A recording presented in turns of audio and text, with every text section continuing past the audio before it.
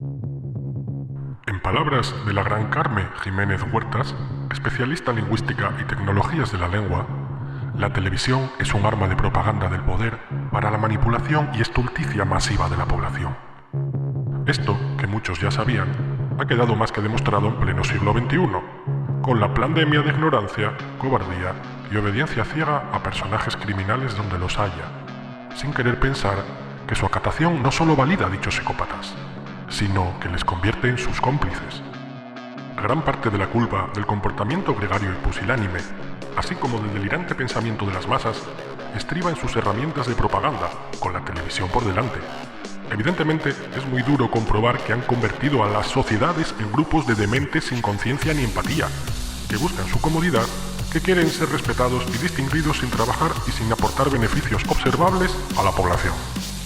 Sin embargo, estos grupos cada vez más divididos, que curiosamente cuentan con un alto concepto aparente de sí mismos, causan graves perjuicios, en una especie de caos continuum en un totum revolutum aeternum.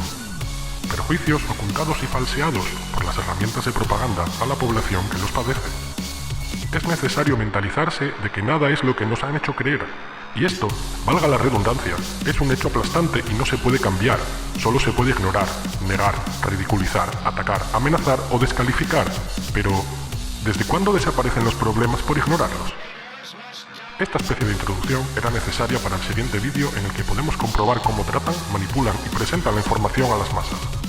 Con un tema tan importante y fundamental como es la ingeniería climática, o la manipulación intencionada del clima, con todas las extremadamente peligrosas operaciones que se llevan a cabo bajo esta etiqueta, no se debería jugar o decir verdades a medias, ¿no crees?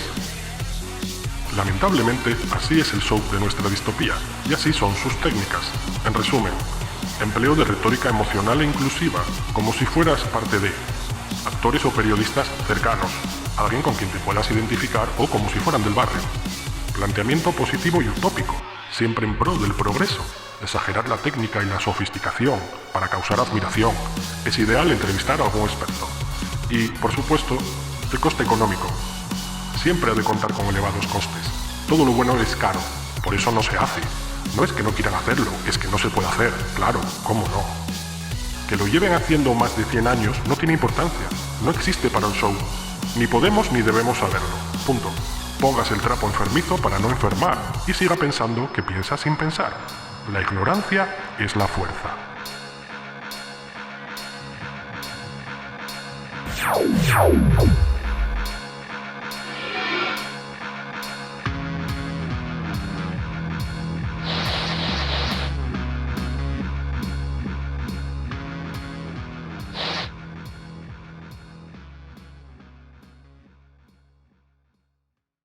Talk about it, sing about it, and definitely complain about it. The weather.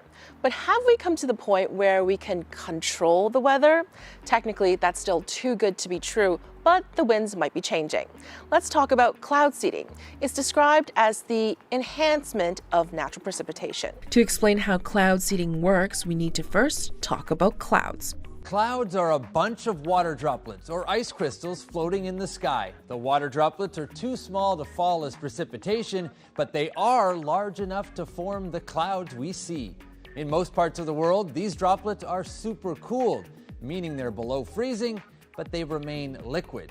Now, sometimes these droplets are just milling around, pushing past each other and not sticking together, kind of like a missed connection. Other times, these droplets bump into each other, like commuters on a train during a busy rush hour. The water vapors collide and stick to particles floating in the air. It could be dust, smoke particles, or even meteoric debris.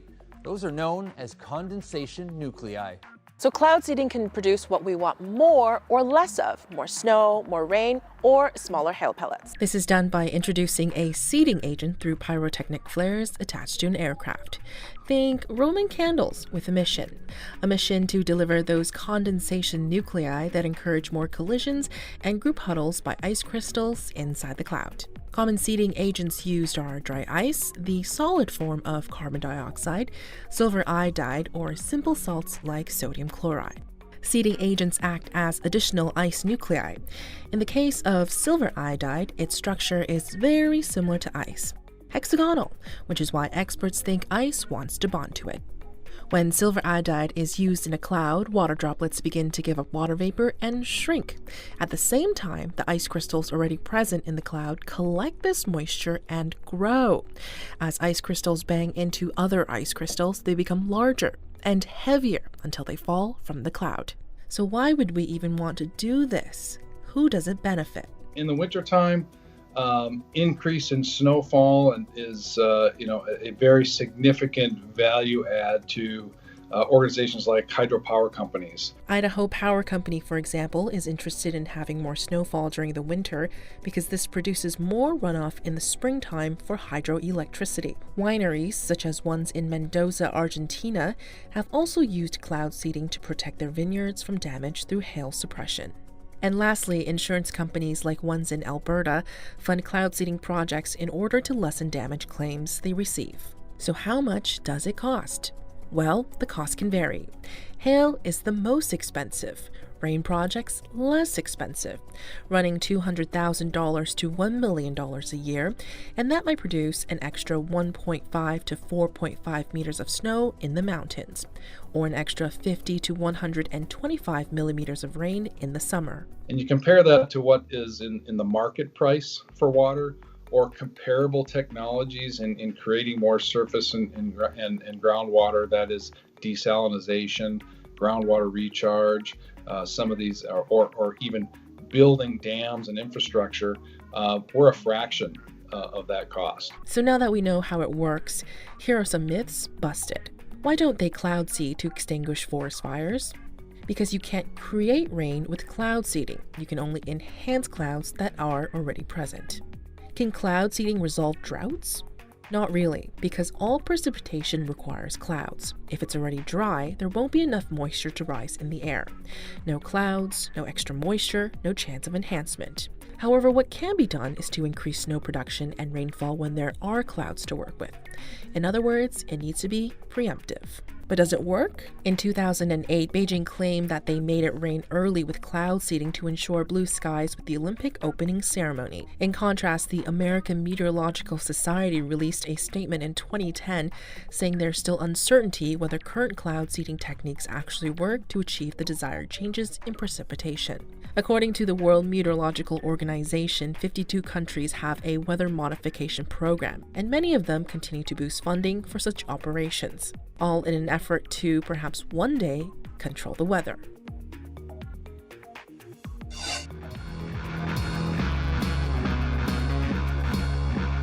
Here are some myths busted. Why don't they cloud seed to extinguish forest fires? Because you can't create rain with cloud seeding. You can only enhance clouds that are already present. Tracks in different directions out into the wilderness, and the drivers were ordered to stop when the noise levels became acceptable. This gave them an imaginary boundary line, and anyone living on the inside of it was offered a simple choice: stay, and you'll never hear another television program as long as you live, or take the NASA shilling and get out. No one stayed, and NASA ended up with exactly what it wanted: 125,000 acres of nothing. They even had to move 5 cemeteries, because the noise they were planning on making would wake the dead.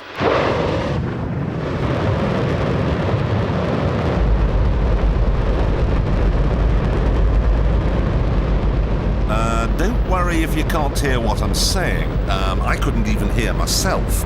This is the loudest sound you could possibly conceive. And as it turns out, the cleanest.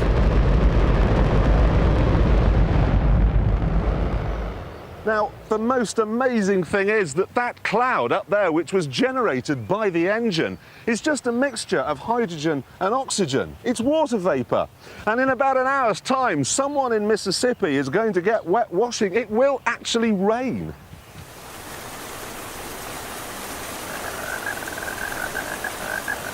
I told you! It's raining! That's unbelievable! Oh. NASA's playing God. It's making its own weather. And finally, number 1. Engineers at NASA's Stennis Space Center in Mississippi test a new RS-25 rocket engine. The burn lasted for 8.5 minutes, and when finished, a massive cloud loomed over the facility, one of the largest man-made clouds ever created.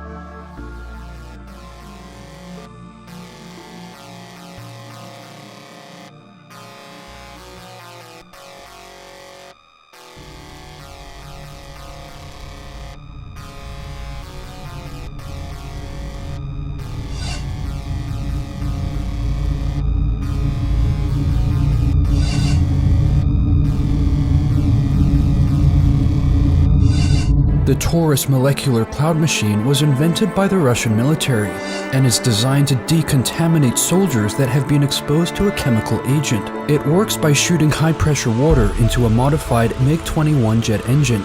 This mixes with chemical compounds to create a high-temperature mixture of gas and steam. This gas blows away radioactive particles and destroys infectious agents. A creative solution to a potential chemical attack.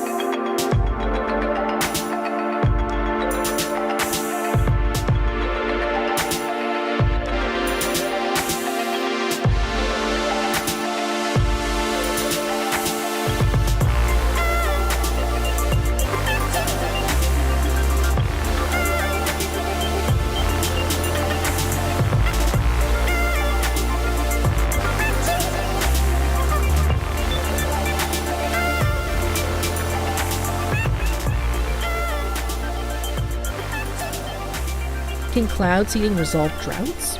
Not really, because all precipitation requires clouds. If it's already dry, there won't be enough moisture to rise in the air. No clouds, no extra moisture, no chance of enhancement.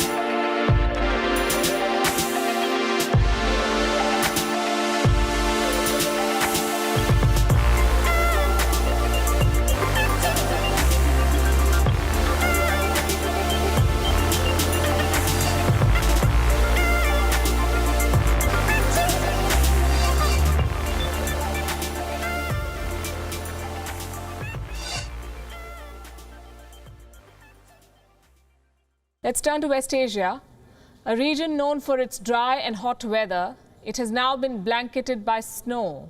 There's been a huge dip in mercury, allowing polar air from the Arctic to reach this region. The scenes are surreal. For some, it's a cause of celebration, but the snow has also disrupted daily life in many places. As I speak, it's snowing in Libya, Syria, Lebanon, Jordan, Israel, Palestine, and parts of Saudi Arabia. Can you believe it? If you can't, then look at this. Let's show you the images from Saudi Arabia. These are camels caught in a blizzard in the city of Tabuk in Saudi Arabia. The video has gone viral.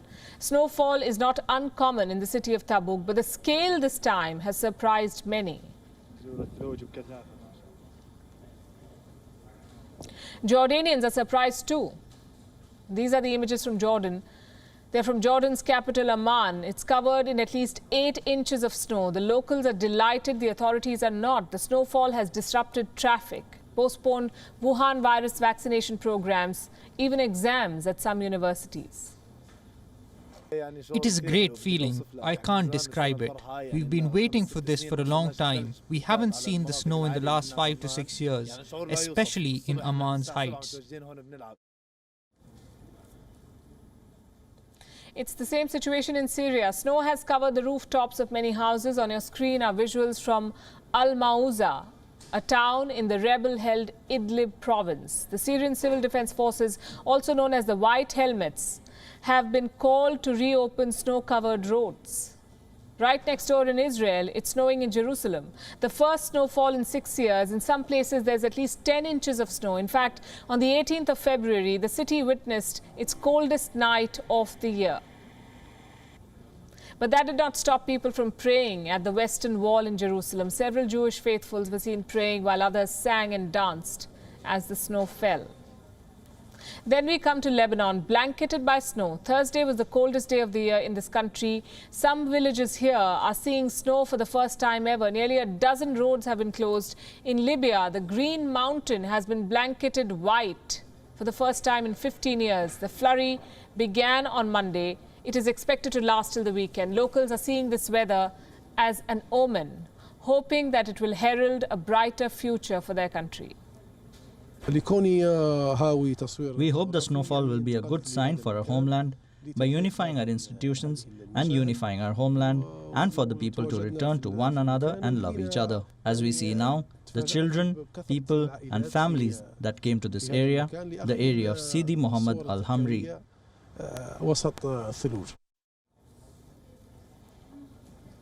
A total of 7 countries in West Asia are seeing rare snowfall. And not just this region. From Greece to Texas, snow has reached areas it hadn't in many years. While South Asia and the Southern Hemisphere are bracing for heat waves, these abnormal weather extremes are proof that climate change is real. The United Nations has issued an interesting statement, breaking away from its previous statements, asking leaders to take action. It has said, and I'm quoting, "For too long we've been waging a senseless and suicidal war on nature. The result is 3 interlinked environmental crises that threaten our viability as a species. Human well-being lies in protecting the health of the planet. Without nature's help, we will not thrive or even survive."